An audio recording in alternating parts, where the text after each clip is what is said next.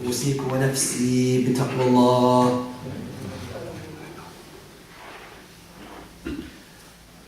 Our Prophet Muhammad sallallahu alayhi wa alihi wa sahbihi wa sallam has given us sound advice to the men and to the women.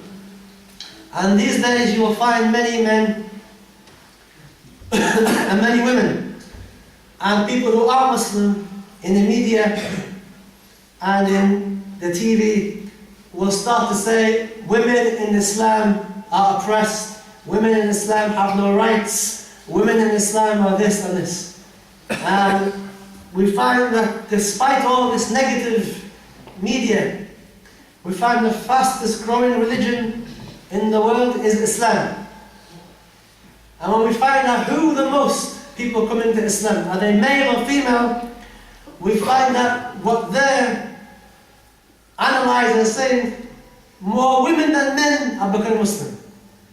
Despite the negative media, despite what people are saying, despite what some of our brothers and sisters, the negative understanding they have of Islam, despite all of this, يَأْتُونَ أَفْوَاجًا. Many people are coming to Islam in their droves, alhamdulillah, and more women than men. So in Islam, women have rights. In Islam, the women have rights. And many people, they know Islam gives rights to the women, but many Muslims don't know what kind of rights the women have. And we find in the Quran, there's a surah, Surah An-Nisa, a whole surah named after women. You won't find a surah in the Quran named Al-Rijal, the men. Okay, and in the Quran you're going to find a surah, Surah Maryam, Mary, mashallah, in honoring of Sayyidina Isa. And in the Quran, mashallah, you're going to find Surah An-Nur that talks about the ahkam, the rules of women that Allah has given to the women. So we find a hadith narrated in Sahih Bukhari in which the women come. They complaining to the Prophet sallallahu alayhi wa sallam. They come complaining to the women, to the Prophet. And they say, Ya Rasulullah sallallahu alayhi wa sallam, the men have all the time with you. We don't have any time with you, Ya Rasulullah. The men, mashallah, they spend morning, in the evening, in the afternoon, they learn from you. And we want to learn from you as well, Ya Rasulullah sallallahu alayhi wa sallam. So they sent a woman to the Prophet, and the woman gave this advice to ask the Prophet, give us a day, Ya Rasulullah, women only, a women only class. And the Prophet ﷺ gave them Tuesday as a day for teaching women. So when the women came and they had a class with the Prophet ﷺ, they said, Ya Rasulullah, we have a question. And the Prophet said, what's your question? And the women said, the men, they go and they have this and they have all these things that they do and they gain all these rewards and they struggle fi sabilillah. And what do we have? Do we have anything where we can gain the same reward as the men fi sabilillah? And the Prophet ﷺ said, if you are obedient to your husband, and you are looking after your husband, you are pleasing to your husband, obedient to your husband in what is halal, and you seek his happiness, your husband's happiness, then you are on the same tariq, the same road as fi sabilillah, as the mujahideen. You get the same road. And the women became happy. And the Prophet ﷺ is saying, like, men have a different road to the women. A man can't raise children properly by himself. Very difficult for a man to raise. A child needs a mother. A child needs a breastfeeding. A man can't breastfeed. Allah gave this skill and this job to the woman, breastfeed. Man can't give it. A man can't give birth. The woman can give birth. A woman has lutf, has a softness that a man doesn't. So Allah has given a specific role to the woman. And the woman, she's the first teacher of the children. And Murabbiyah is the woman. The first educator of the children is the mother. And that's why when you get married, you have to pick the right woman to raise your children. If you pick the wrong woman, you're going to have the wrong teacher teaching your children the wrong things. So the Prophet ﷺ your children at home is a good thing. It's not a bad thing. Looking after your husband is a good thing. Protecting the home is a good thing. SubhanAllah, the women not forced to go out and work. The nafaqah is on the man goes out and work. The women, khalas, they can relax, sit at home and relax, alhamdulillah, look after the children. If a woman has to go and work and has to come back and look after her children, this is too much. She's doing double the job that the man does. And this is what people are now saying, Islam oppresses the women. Islam doesn't oppress the women. And we find in Islam that for a man, he has to pray all the time. There's no times where he can take a week off salah. He can take a week off asr. He can take a week off fasting. When we come to the woman, Allah Azza wa Jalla has given the woman a break. When the woman's on her period, Allah says, khalas, you don't have to fast. Relax. Don't have to pray. Relax. As for the man, no such thing. No such thing. Until he dies, he has to pray. Even if he's on his bed, and he's awake, he still has to pray, even by lying down. A woman, she has every month, a week and a half off. Where's the oppression in Islam? And a woman fasting, she's exempt when she's on her period. She has to make up the fasting though. And if she's heavily pregnant, she's exempt from fasting if she wants to. This is Islam. And they say, oh, the women now, the women have to wear the hijab. This is not right. That's what people say. Women have to wear the hijab. Why did a Muslim woman wear hijab? Many people don't know why. Why is Allah in the Quran ordered the women to cover their beauty, their zina? Okay. So that men outside can't look at them. So that men outside can't take advantage of the women.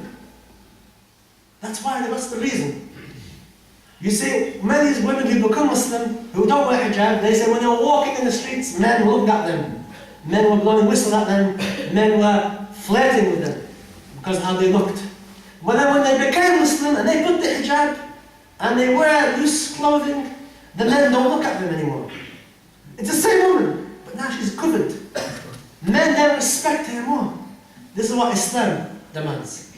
So they say, oh no, this is oppression. Islam oppresses the woman.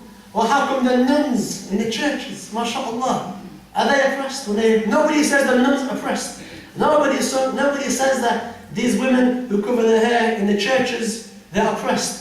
People say, mashallah, these women are good women. And the men, people will respect the nuns. And when we say, we are women, we expect the same behavior that you give to the nuns to give to all the Muslim women. This is ihtaram for Islam. This is the raising of the women. Our women are not women that can go out and people can look at them and stare at them and istimta' bihim, can take pleasure by looking at them. No, our women are not cheap. Our women we cover.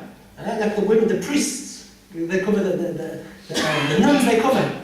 So in Islam, our women are like nuns. Alhamdulillah. This is so we shouldn't have shak. And if our daughters are wearing the hijab, we should start from an early age, getting them used to wearing the hijab. Don't wait until she's 17, 18, 19 and say, "Elbasi hijab." That's too late. It's very difficult for her to wear the hijab. Get her used to wearing the hijab when she's young. So she goes out, get her to put the hijab on, now and again. Tell her how beautiful she looks when she's wearing the hijab.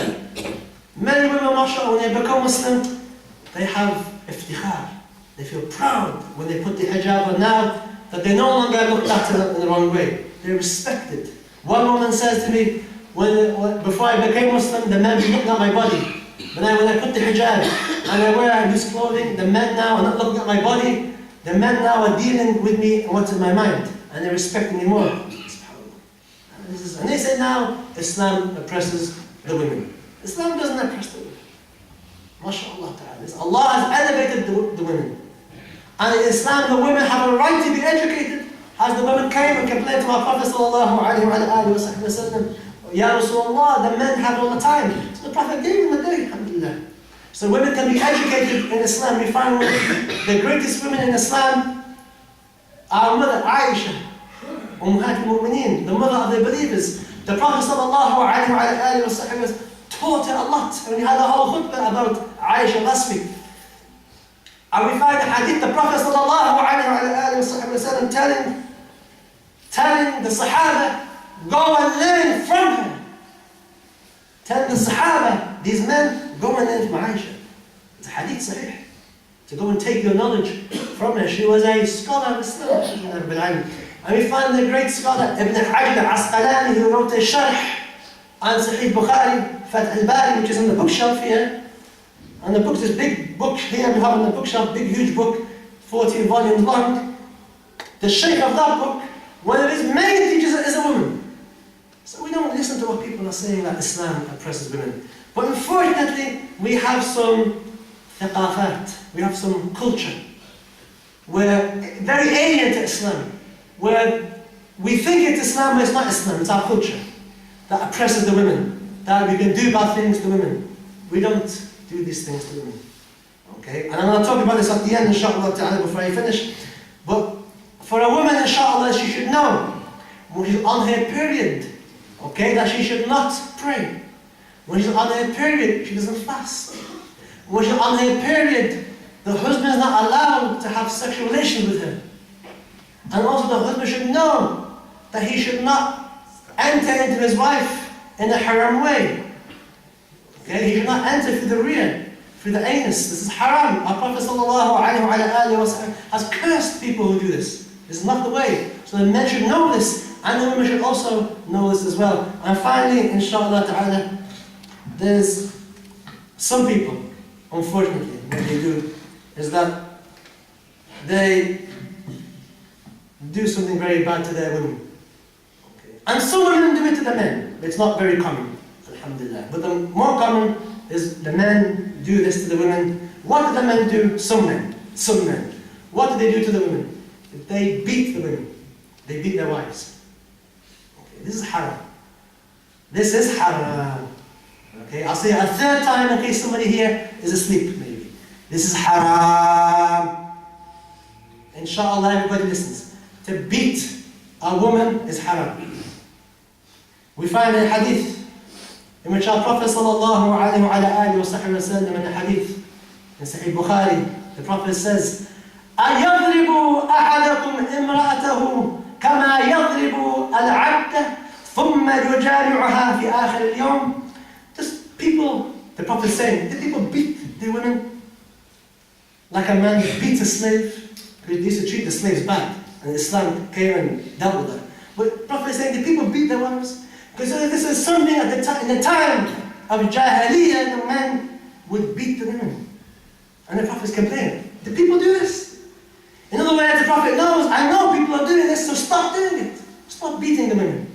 And another hadith, the Prophet sallallahu alayhi wa sallam, another hadith says, لَقَدْ طَافَ بِآلِ مُحَمَّدٍ النِّسَاء كَثِيرٌ يَشْكُونَ أَزْوَاجُهُنْ لَيْسَ أُولَٰئِكَ بِخِيَارِكُمْ. The Prophet is saying, many women have come complaining to my women because they're being beaten by the husbands. Now we know some people don't like to talk about this. With the Imam silent, we don't talk about this, then who's going to tell you? Who's going to warn you to stop doing this? One woman, she said, she's praying in sujood, and the husband comes and kicks her in the face.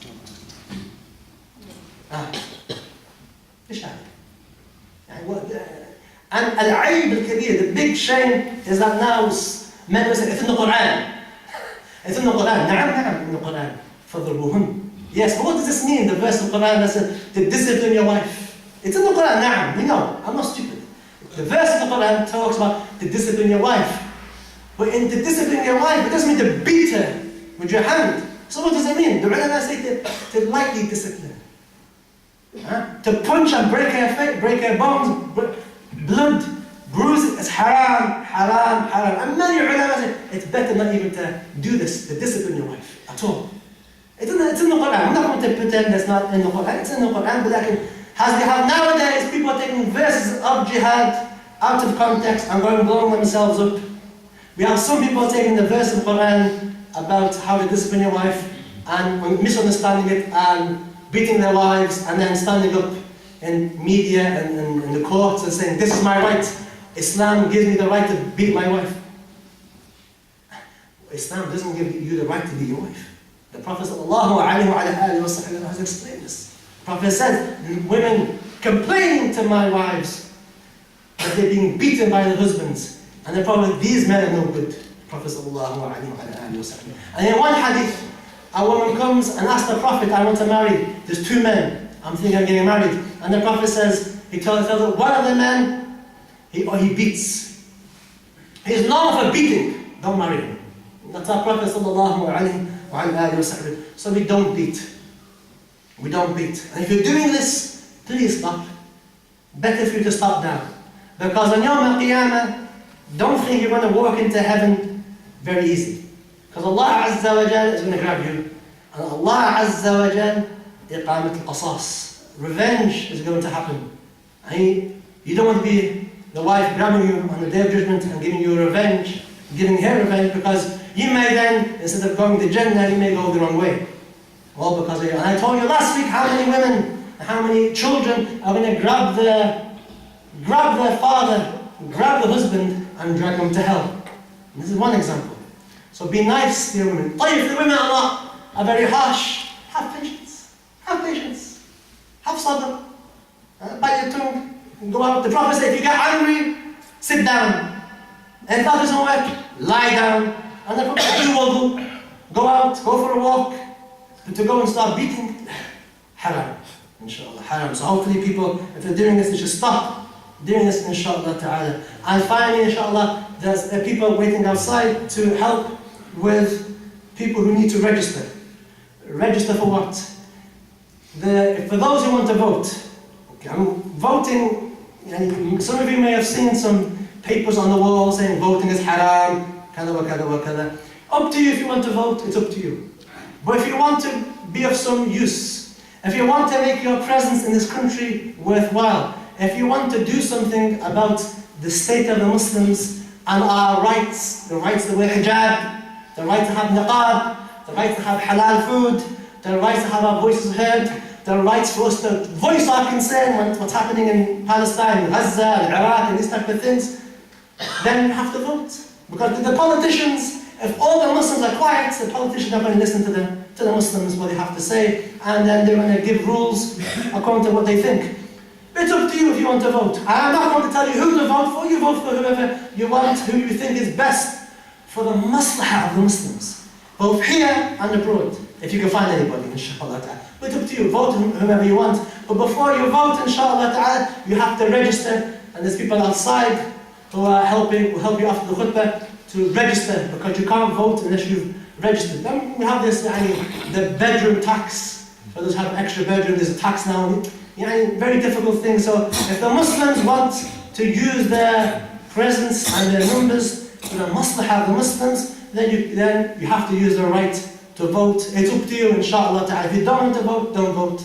But if you want to vote, bismillah, choose the best party you think is going to serve you and the Muslims here and abroad, inshallah ta'ala. And obviously now, there's people voting for parties that are very racist, that don't want immigrants, that don't want people to come here, don't want Muslims, even Muslims to be here really, if you dig behind.